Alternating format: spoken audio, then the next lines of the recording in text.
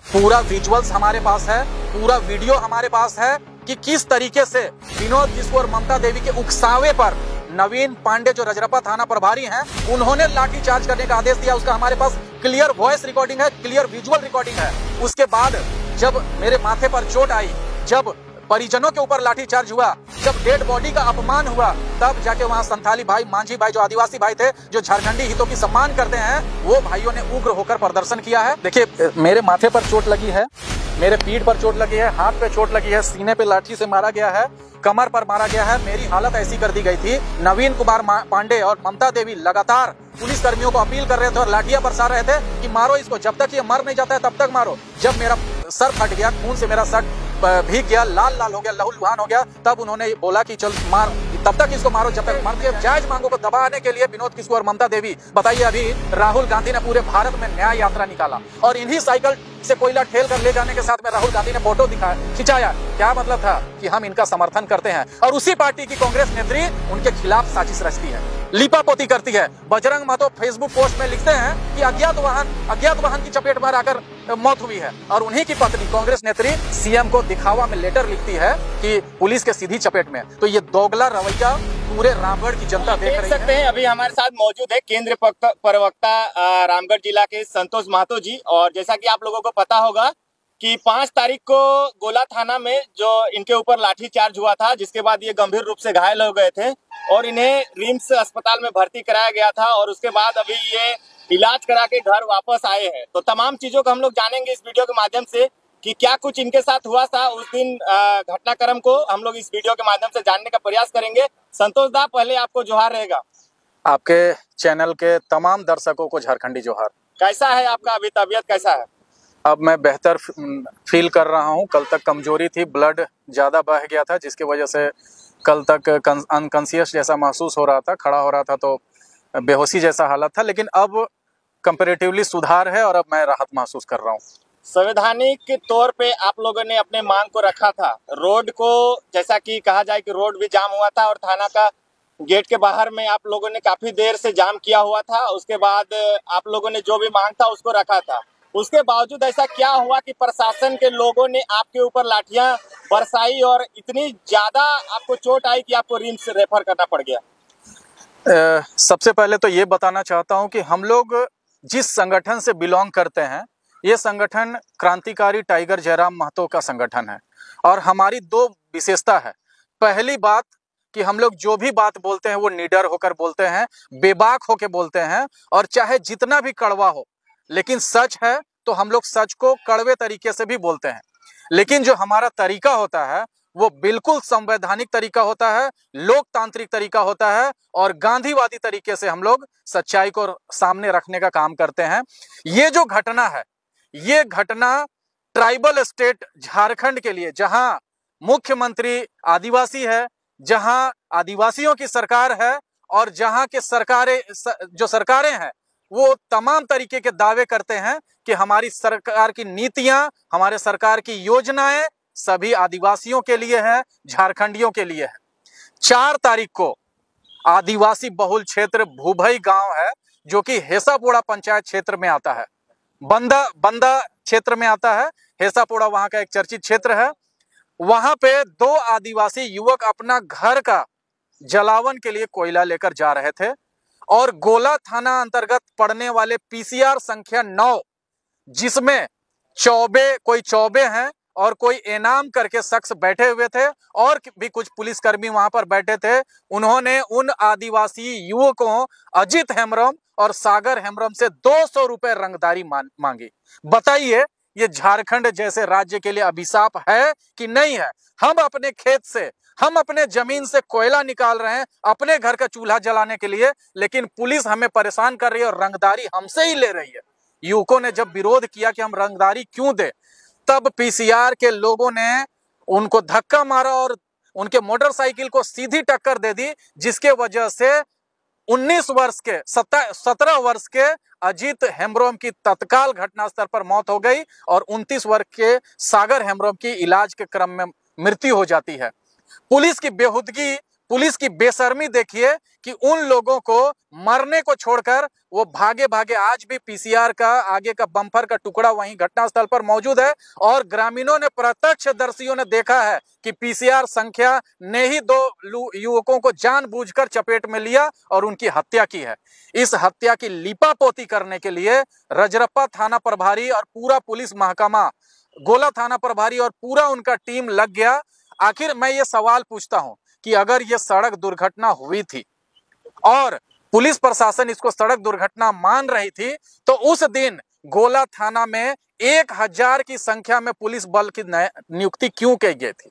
क्यों अतिरिक्त पुलिस बल रजरप्पा से मंगवाया गया था? क्यों अतिरिक्त पुलिस बल पूरे जिले से मंगवाया गया था? कहीं ना कहीं रजरप्पा थाना प्रभारी और गोला थाना प्रभारी ने यह तय किया हुआ था, क्योंकि उनको पता था कि इस घटना में कसूरवार व्यक्ति थाना के लोग हैं। तो थाना को बचाने के लिए, पुलिस कर्मियों को बचाने के लिए उन लोगों ने इसको आम सड़क दुर्घटना का रूप देने का कोशिश किया। आप फेसबुक लाइव के माध्यम से, सोशल साइट्स में जो तमाम वीडियो है उसकी कड़ी अगर जोड़ के देखेंगे ना, तो आपको पूरा पुलिस का यहाँ पे जो साजिश किया गया है वो साबित होगा। डेड बॉडी लाया जाता है, परिजन, उनकी विधवा पत्नी, उनकी माँ, उनकी दूध मुहे बच्चों ने शांतिपूर्वक धरना दे रहा था और हमारी टीम, जेएलकेएम की टीम, इस धरने को समर्थन देने के लिए शांतिपूर्ण तरीके से, वैधानिक तरीके से हम लोग वहां पे बातें रख रहे थे।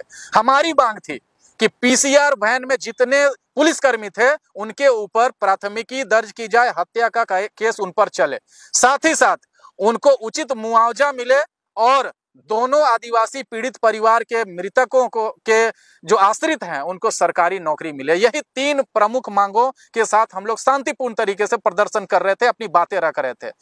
पुलिस महकमा तैयारी कर रहा था कि उनको लाठीचार्ज करना है और चिन्हित करके जेएलकेएम के नेताओं को मारना है और इस हद तक मारना है कि उनकी जान चली जाए।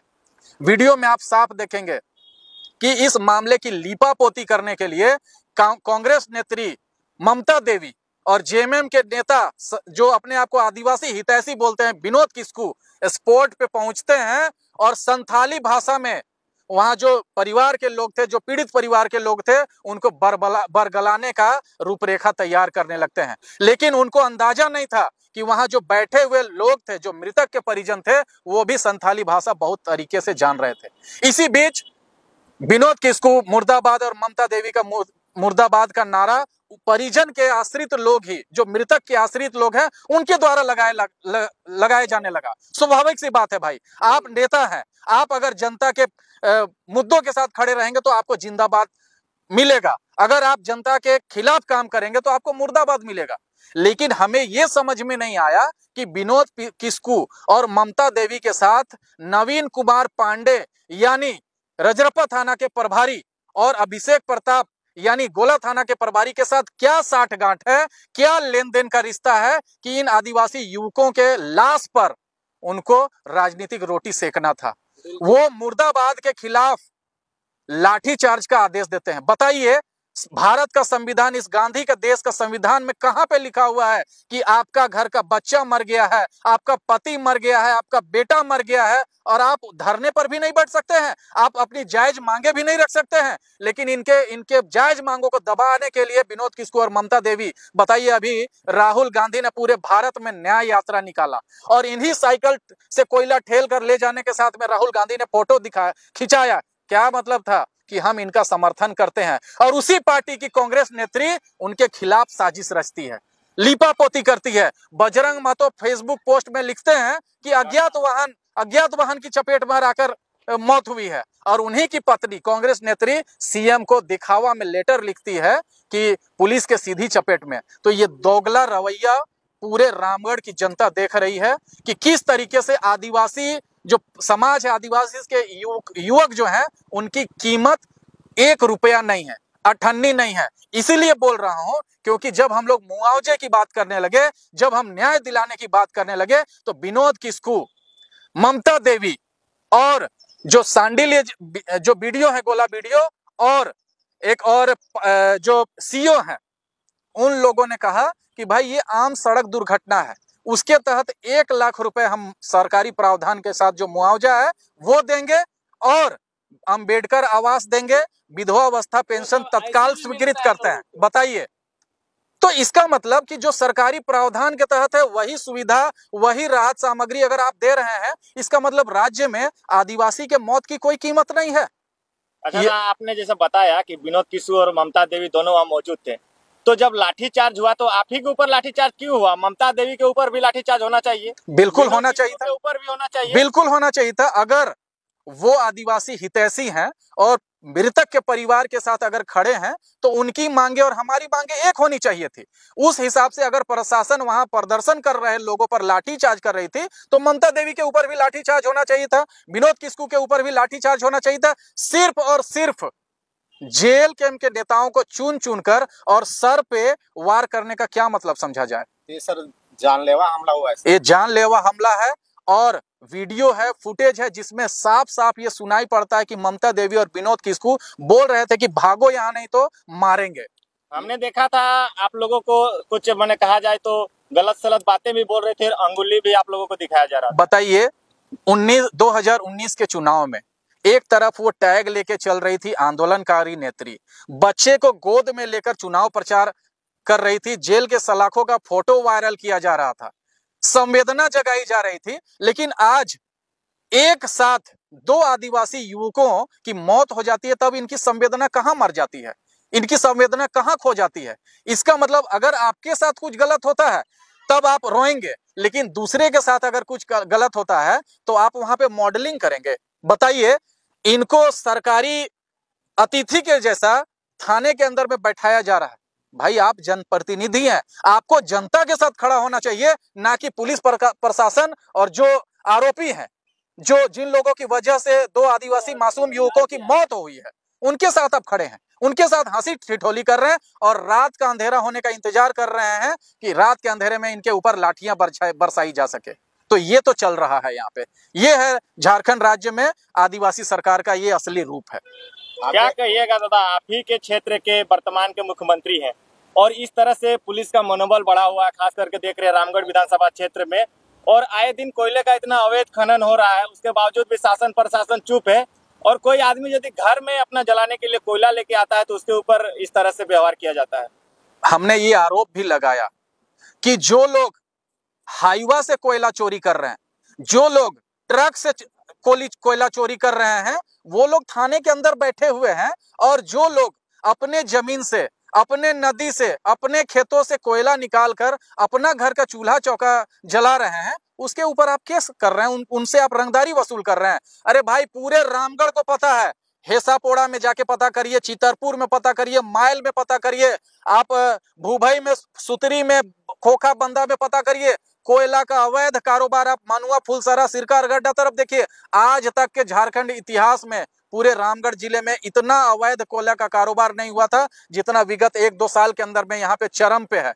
पुलिस प्रशासन के सह पर जो बड़े बड़े मगरमच्छ है, जो बड़े बड़े कोयला व्यापारी हैं, वो जेसीबी से, हाईवा से, ट्रेन से कोयला की चोरी कर रहे हैं, लेकिन आदिवासी युवकों के ऊपर पीसीआर वैन चढ़ाया जा रहा है। क्यों? क्योंकि वो अपने घर का जलावन के लिए कोयला ले जा रहे हैं और उनसे 200 रुपए रंगदारी मांगी जा रही है। तो बताइए, झारखंड ऐसा राज्य है, ट्राइबल स्टेट है, ट्राइबल गवर्नमेंट है, ट्राइबल मुख्यमंत्री है, लेकिन यहाँ ट्राइबल यूथ के जान की कीमत मात्र 200 रुपए है। अगर आप 200 रुपए नहीं देंगे तो पुलिस आपको गोली मार देगी, लाठी चार्ज कर देगी। आप अपने बेटे के मौत पे, पति के मौत पे, आप अपने पिताजी के मौत पे शांतिपूर्वक तरीके से धरना भी नहीं कर सकते हैं। ये दुर्दशा हो गई है रामगढ़ जिला प्रशासन की, और ये दुर्दशा हो गई है झारखंड राज्य की। लोग आपके पार्टी के ऊपर आरोप लगाते हैं कि एक जाति का पार्टी बन के रह गया, और कहीं ना कहीं देखा जाए कि जो 2 लोगों की मौत हुई थी वो आदिवासी थे।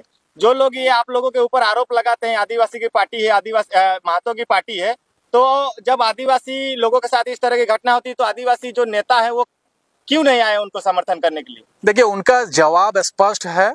उनको भी पता है कि जो बातें आप वो कर रहे हैं ना, वो बेसलेस बातें हैं, आधारहीन बातें हैं। अरे भाई, अजित हेम्ब्रम और सागर हेम्ब्रम ये कौन सी जाति के हैं? ये मुख्यमंत्री की जाति के हैं। ये झारखंड की जो बड़ी आबादी है, जो झारखंड की पहचान है, संथाली मांझी उस समुदाय से बिलोंग करते हैं। क्या जरूरत थी कि मुझे माथा फटवाने का जरूरत पड़ा? क्या जरूरत था लाठी खाने का जरूरत पड़ा? हमने कभी या हमारी पार्टी ने कभी ये भेदभाव नहीं किया कि सामने वाला महतो है, सामने वाला मांझी है, सामने वाला मुसलमान है, कि सामने वाला महरा है, कि सामने वाला मूलवासी है। हमने बस ये तय किया है कि झारखंड राज्य में अगर सबसे मजबूत कोई समाज होगा तो वो मजबूत समाज होगा झारखंडी।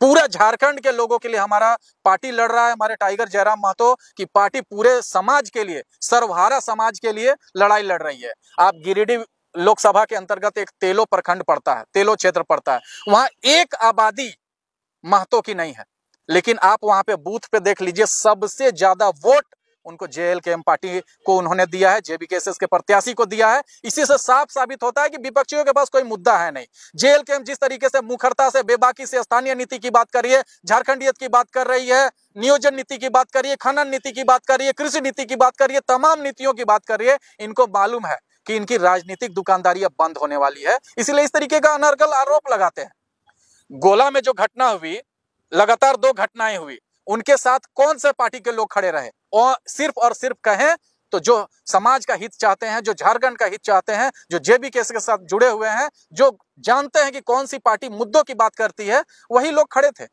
बाकी लोग तो सौदेबाजी में लगे हुए थे। दादा, हम आपसे जानना चाहेंगे कि आप जब वहाँ धरना प्रदर्शन या फिर उन लोग के समर्थन में पहुंचे थे, तो ना आपने कभी अपने पार्टी का जिक्र किया था, ना संगठन का जिक्र किया था, फिर भी आपको लोग कह रहे थे कि ये लोग राजनीति कर रहे हैं और चेहरा चमका रहे हैं। देखिए, ये हमारे केंद्रीय नेतृत्व की तरफ से आदेश है कि हम लोग जहां कहीं पे भी जनहित की बात करते हैं या जन मुद्दों की बात करते हैं, हमें कोई जरूरत नहीं है कि हम पार्टी की बात करें।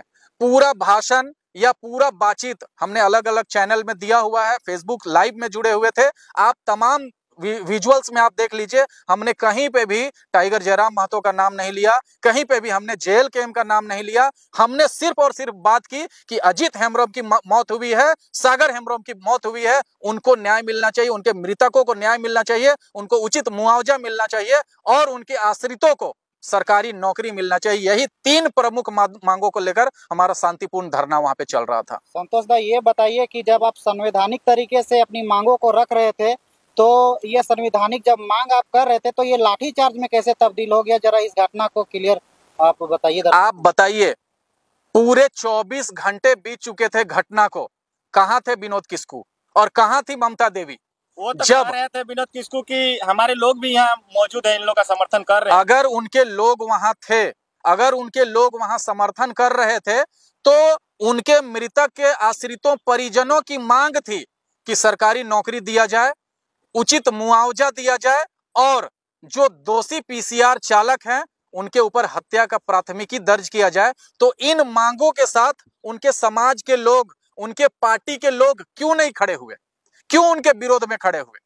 बताइए। इसका जवाब आप विजुअल्स में देख लीजिए कि वो सौदेबाजी कर रहे थे। उनका यही कहना था 24 घंटे डेड बॉडी के हो गए हैं, आप डेड बॉडी उठा लीजिए, डेड बॉडी उठा लीजिए। उनकी चिंता इस बात की नहीं थी कि 2 साल की जो बच्ची वहां पे थी, वो 2 साल की बच्ची का भविष्य क्या होगा। जो विधवा थी, जो जिस माता ने अपना बेटा खोया था, उनका भविष्य क्या होगा। उनके नौकरी के लिए, उनके मुआवजे के लिए उनके मुंह से एक शब्द नहीं निकल रहा था। प्रशासन के लोग आरोप लगा रहे हैं कि आप लोगों ने पत्थरबाजी किया, तब हमने अपने को बचाने के लिए हमने लाठीचार्ज किया। पूरा विजुअल्स हमारे पास है, पूरा वीडियो हमारे पास है कि किस तरीके से विनोद किस्कू और ममता देवी के उकसावे पर नवीन पांडे जो रजरप्पा थाना प्रभारी हैं, उन्होंने लाठीचार्ज करने का आदेश दिया। उसका हमारे पास क्लियर वॉइस रिकॉर्डिंग है, क्लियर विजुअल रिकॉर्डिंग है। उसके बाद जब मेरे माथे पर चोट आई, जब परिजनों के ऊपर लाठीचार्ज हुआ, जब डेड बॉडी का अपमान हुआ, तब जाके वहां संथाली भाई, मांझी भाई, जो आदिवासी भाई थे, जो झारखंडी हितों की सम्मान करते हैं, वो भाइयों ने उग्र होकर प्रदर्शन किया है। ये पुलिस बर्बरता के खिलाफ एक स्वाभाविक सी प्रतिक्रिया थी। आप अगर किसी जायज मांग पर लाठीचार्ज करेंगे, लाश का अपमान करेंगे, मुआवजे का जो विरोध करेंगे और आप सोचेंगे कि लीपापोती हो जाए, तो उग्रता तो स्वाभाविक है। झारखंडी जनमानस और आदिवासी समाज किसी से दबने वाला समाज नहीं है। आप उसके साथ अन्याय करेंगे तो उसके बदले में आपको जवाब भी उसी तरीके का मिलेगा। ये एक स्वाभाविक प्रतिक्रिया थी, मैं इसको पूरी तरीके से जायज मानता हूं। आपने वीडियो सीओ को ऊपर आरोप लगाया कि वीडियो सीओ जो है वो मिली भगत कर रहे हैं और उनका ये लिपापोती कर रहे हैं, और वो लोग कह रहे हैं कि जो विधवा पेंशन मिलता है वो देंगे, ये देंगे। तो क्या, कहाँ तक वो सही है? गोला प्रखंड क्षेत्र में आप पता कर लीजिए, चितरपुर प्रखंड क्षेत्र में आप पता कर लीजिए, किसी भी प्रखंड में आप अगर विधवा अवस्था पेंशन की मांग कर रहे हैं तो 2 साल 3 साल से आपको भटकना हो रहा है। अबुआ आवास में जिन लोगों का अच्छा खासा मकान बना हुआ है, जो घूस दे रहे हैं, जो पैसा दे रहे हैं, उनको अबुआ आवास मिल रहा है, अम्बेडकर आवास मिल रहा है। लेकिन जो गोला के बीडीओ हैं सांडिल्य जी और जो सीओ हैं, इनकी बददिमागी देखिए, इनकी निर्लज्जता देखिए। 28 तारीख को भी एक मौत होता है तो वो मुआवजे के रूप में क्या लिखते हैं कि इनको अम्बेडकर आवास देंगे, तत्काल विधवा अवस्था पेंशन स्वीकृत कर देंगे। अरे भैया, ये सरकार का प्रावधान है, आप कौन सा एहसान कर रहे हैं? मतलब हमको विधवा अवस्था पेंशन लेने के लिए पति को सड़क दुर्घटना में मारना होगा, पीसीआर उनके ऊपर चढ़वाना होगा, तब जाके आप विधवा अवस्था पेंशन देंगे। अम्बेडकर आवास के लिए क्या हमको अपने भाई, अपने बाप और ये की बलि चढ़ानी होगी, तब आप अम्बेडकर आवास देंगे? क्या बात करते हैं। और हाँ, इन घटनाओं के बीच अगर आप इनका फेशियल एक्सप्रेशन देखेंगे, ये हंसते रहते हैं। इनको लगता है जैसे किसी मुर्गी की, किसी बकरी की मौत हुई है। अरे भाई, वहां मरने वाला झारखंडी था, वहां मरने वाला आदिवासी था। आपके चेहरे पर संवेदना तो होनी चाहिए। 2-2 लाशें वहां सड़क पर पड़ी हुई थी, लेकिन ये लोग हंसी ठिठोली कर रहे थे। आप विजुअल्स में देख लीजिए। जिस भी मैंने जो जवाब दिया उससे संबंधित कोई भी विजुअल अगर आप क्लेम करना चाहते हैं तो आपके चैनल को और दर्शकों को, जो लोग भी हैं, उनको मैं इनबॉक्स कर सकता हूं, ये मेरा दावा है। गिरिडीह के सांसद भी वहां पहुंचे थे, क्या कुछ बातें हुई थी क्या आप लोग? जब सब कुछ हो गया, जब मामला निपट गया, उनको लगा कि अब जाके इस मामले का क्रेडिट लेना चाहिए, तब वो वहां पे पहुंचे थे। बताइए, 24 घंटे से 2 आदिवासी युवकों की लाश पड़ी हुई थी। आदिवासी परिजन जो है बिलख रहे थे, रो रहे थे, बेहोश हो रहे थे। हमारी पार्टी के लोग, हमारे लोग उनको ग्लूकोज पिला रहे थे, पानी पिला रहे थे। उस समय कहाँ थे? जब पूरा घटना खत्म हो गया, क्रेडिट लेने की बारी आई, तब आ गए वहां पे मुंह उठा के। ये इनकी हितैषी, ये इनका रामगढ़ का हित है। जैसा कि दादा अभी सुन रहे कि जो मामला था गोला थाना वाला, फिर से आपके ऊपर शायद एफआईआर हुआ है सर। देखिए, हमने पहले भी कहा है कि हम लोग एफआईआर से नहीं डरते हैं, फर्जी केस से नहीं डरते हैं। भाई, अगर हमने आदिवासी हित के लिए बात रखी है, हमने अगर सड़क दुर्घटना में मुआवजे की मांग रखी है, अगर ये नाजायज है, ये असंवैधानिक है, तो केस करिए, मैं केस लड़ने के लिए रेडी हूँ। लेकिन हाँ, गोला थाना में 28 तारीख को भी मैं पहुंचा था, फिर उसके बाद 4 तारीख को भी पहुंचा। अगर आज किसी तरीके की अनहोनी होती है, अन्याय होता है, तो आज भी मैं पहुंचूंगा। भले मेरी गिरफ्तारी क्यों ना हो जाए, भले मेरे ऊपर गोली क्यों नहीं चल जाए, मैं डरने वाला नहीं हूं। और हम लोग एक ऐसी पार्टी से बिलोंग करते हैं जिस पार्टी का ही पंचलाइन है कि हम एग्रेशन में भरोसा करते हैं। अहिंसा परमो धर्म, धर्म हिंसा तथैव च, हम लोग मानते हैं। अगर धर्म के लिए हिंसा भी करनी पड़ी तो हम लोग करेंगे, लेकिन आखिरी सांस तक, आखिरी दम तक हम लोग संवैधानिक प्रक्रिया, संवैधानिक जो तरीके से आंदोलन है, उसका हम लोग समर्थक हैं, उसके हम लोग हिमायती हैं। क्या कुछ सूचना मिला दादा? क्या कुछ मुआवजा उन लोग को कुछ मिला अभी तक? लाठी चार्ज करने के बाद पता चला है कि इनके लाशों को अपमानजनक तरीके से गाड़ी में लाद कर और भूभई गांव ले जाकर फेंक दिया गया कि भाई इसको डिस्पोज करिए। ये अपमान हो रहा है आदिवासी राज्य में, आदिवासी मृतकों के साथ में। कोई मुआवजा नहीं मिला है, लिपापोती कर दी गई है, और दूसरा जो मृतक के परिजन हैं उनको उल्टा डराया जा रहा है, धमकाया जा रहा है कि हमारा मुख्यमंत्री तक पहुंच है, हमारा पुलिस तक पहुंच है, उल्टा तुम लोग के ऊपर चोरी का केस लगा देंगे, तो रंगदारी का केस लगा देंगे, शांति व्यवस्था भंग करने का केस लगा देंगे। तरह तरीके से डरा कर उनके डेड बॉडी को डिस्पोज करा दिया गया, मृतक के परिजनों को चुप करा दिया गया। क्या आपको लगता है कि जो घटना में आप लोगों को केस खाना पड़ा और ग्रामीणों को जो केस खाना पड़ा, ऐसा जानकारी मिला है कि 500 लोगों पर एफआईआर दर्ज किया गया है, तो क्या इसका पूरी घटनाक्रम में सिर्फ ग्रामीणों का और सिर्फ आप ही दोषीवार थे? क्या इसके पीछे पुलिस प्रशासन का दोष नहीं था? कहीं ना कहीं आप लोग जायज मांग कर रहे थे।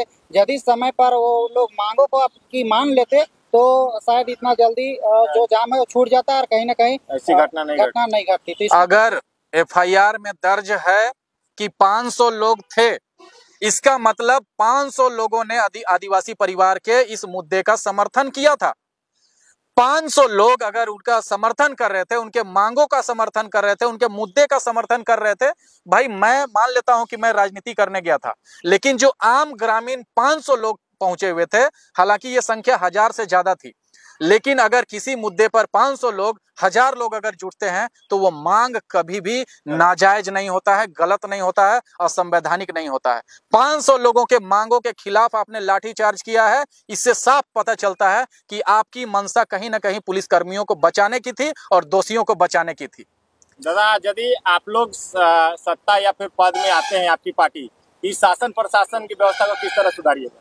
देखिए, हम अगर सत्ता में आते हैं तो टाइगर जयराम महतो ने जो नीति और सिद्धांत की बात की है, जो संवैधानिक तौर तरीकों की बात की है, जो नीति नियमों की बात की है, हमारी प्राथमिकता है और हमारा लक्ष्य है कि हम अंत्योदय यानी समाज के जो सबसे अंतिम व्यक्ति हैं उनको आर्थिक, सामाजिक, राजनीतिक और सांस्कृतिक रूप से सक्षम, सबल और स्वावलंबी बनाएंगे। हम लोग शिक्षा, स्वास्थ्य, रोजगार को दुरुस्त करेंगे। साथ ही साथ युवा जोश और युवा होश के साथ में हम लोग राज्य की नीति निर्धारण का काम करेंगे और हर मजलूम तबका, हर शोषित, पीड़ित, वंचित को हम लोग मजबूत करेंगे। अंत्योदय जो कहा जाता है, एक टर्म यूज किया जाता है, अंत्योदय मतलब अंतिम व्यक्ति का हम लोग उदय करेंगे, उनको मजबूत करेंगे। आज भी हमने रामगढ़ के जिला प्रशासन के मुखिया यानी एसपी साहब को एक मांग पत्र सौंपा है कि अगर जो कसूरवार व्यक्ति हैं उनके ऊपर हत्या की प्राथमिकी दर्ज नहीं होती है और रजरप्पा थाना प्रभारी और गोला थाना प्रभारी को तत्काल अगर सस्पेंड नहीं किया जाता है तो 24 घंटे के मोहलत के बाद रामगढ़, रांची, बोकारो और हजारीबाग के तमाम जेबी केसेस और तमाम समर्थक जिला प्रशासन के खिलाफ धरने पर बैठेंगे और सड़क पर उतरेंगे और विरोध प्रदर्शन दर्ज किया जाएगा। लेकिन किसी भी हाल में आदिवासी भाइयों के आदिवासी मृतक परिवार के साथ में हमारी संवेदनाएं जुड़ी हुई है और उनको हक और अधिकार दिलाने तक हम लोग अंतिम सांस तक लड़ेंगे। ये हमने अपील किया और ये हमने वादा किया है। जैसा कि हमें सूचना मिला कि आप 2-3 घंटे तक लगातार बेहोश थे, तो थोड़ा दर्शकों को थोड़ा दिखाइए कि आपको चोट कहाँ कहाँ लगा है। देखिए, मेरे माथे पर चोट लगी है, मेरे पीठ पर चोट लगी है, हाथ पे चोट लगी है, सीने पे लाठी से मारा गया है, कमर पर मारा गया है। मेरी हालत ऐसी कर दी गई थी, नवीन कुमार पांडे और ममता देवी लगातार पुलिस कर्मियों को अपील कर रहे थे और लाठियां बरसा रहे थे कि मारो इसको, जब तक ये मर नहीं जाता है तब तक मारो। जब मेरा सर फट गया, खून से मेरा शर्ट भीग गया, लाल लाल हो गया, लहूलुहान हो गया, तब उन्होंने बोला कि चलो मार, तब तक इसको मारो जब तक मर नहीं जाएगा। लेकिन तब तक कुछ समाज सेवी लोग थे थाने के अंदर, उन्होंने बीच बचाव करके मेरी जान बचाई।